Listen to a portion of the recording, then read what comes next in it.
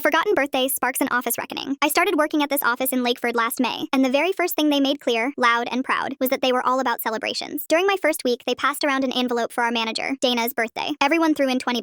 I barely knew a single one of them, but I handed over my 20 like it was an entry fee to employment. Then came Mia's birthday in June, flowers exploding out of a mason jar, balloons tied to her chair like she was about to float away. Someone brought this gorgeous fruit-filled cake from the fancy bakery down the street. We all gathered in the break room, clapped, sang, took photos. Same for Tom in July, same for Allison in September. Every single time, I smiled for the pictures, pitched in money, and sang my heart out like I'd been part of this office family for years. When Allison's mom passed away in October, I put $30 into the sympathy card fund without hesitation. For the Christmas party in December, $40 into the potluck and gift exchange. My birthday was March 8th. The week before, I casually mentioned in the break room that I was turning 26 and my boyfriend was planning something sweet for the weekend. A couple coworkers nodded, said, nice, and went back to microwaving leftovers. So on March 8th, I walked into the office half expecting at least a card, or maybe a little cupcake. Something. Anything. There was nothing. No card on my desk, no email, no group message, no singing, no flowers, just everyone eating sad lunchtime sandwiches at their desks while my birthday slid right past them like a ghost. It stung more than I wanted to admit, especially because Mia definitely knew. I'd told her directly. And Dana keeps a birthday calendar pinned in her office that she updates so obsessively you'd think it was national security protocol. I tried to shake it off. My boyfriend made dinner, gave me a gift, made the night feel special, but the work thing lingered like a bruise. Enter my client, Mrs. Langford. She's this chatty 70-year-old who comes in twice a week and asks more questions than an interrogator, but she tips like a saint, so no complaints. 2 weeks before my birthday, she suddenly got obsessed with figuring out who on staff was a Pisces, asking everyone one by one, are you a Pisces? When's your birthday? No? Okay then. The day after my birthday, she came in and asked me directly when mine was. I told her, yesterday. She froze mid-sentence and asked if the office celebrated. I told her no. Then she asked if they normally do birthdays. I told her yes, and I told her everything. The parties, the flowers, the catering, the money I'd pitched in for every single celebration. She stood up, just stood right up during her appointment, and marched straight to the front desk where Mia was sitting. I followed like an anxious duckling, because what else was I supposed to do? Mrs. Langford looked Mia dead in the face and asked, loudly, why didn't anyone celebrate her birthday when you celebrate everyone else's? Mia sputtered something about being busy. Mrs. Langford asked when her birthday was. June 14th, Mia said. So you had time for your own, Mrs. Langford said. But not hers? Dana came out of her office at the commotion, and Mrs. Langford turned on her next, asked if she was aware my birthday had been the day before. Dana said she might have forgotten to check the calendar. That's when Mrs. Langford pulled out her phone and revealed a photo she'd secretly taken of the birthday calendar weeks earlier while doing her Pisces sweep. There it was, my birthday, right there in Dana's handwriting. March 8th, she said. You knew, and you did nothing. Meanwhile, this girl paid into every single one of your celebrations. She pointed at the wilting bouquet still sitting on Allison's desk from her birthday 2 weeks ago. That's cruel and disrespectful. The entire office went silent. You could hear the hum of the printer in the next room. Mrs. Langford just went back to finish her appointment like she hadn't just detonated a social bomb. I stood there stunned. Dana skittered back into her office. Mia stared aggressively at her monitor like it might save her life. The next day, Mia brought cupcakes and left one on my desk with a sticky note that said, sorry. Tom avoided eye contact like I'd turned into a ghost. Dana emailed me insisting it was an honest mistake and that they'd do better. And they have, because they haven't celebrated any birthdays since. No flowers, no cakes, no collections, just nothing. Like they decided if they couldn't play nice, nobody gets to play at all.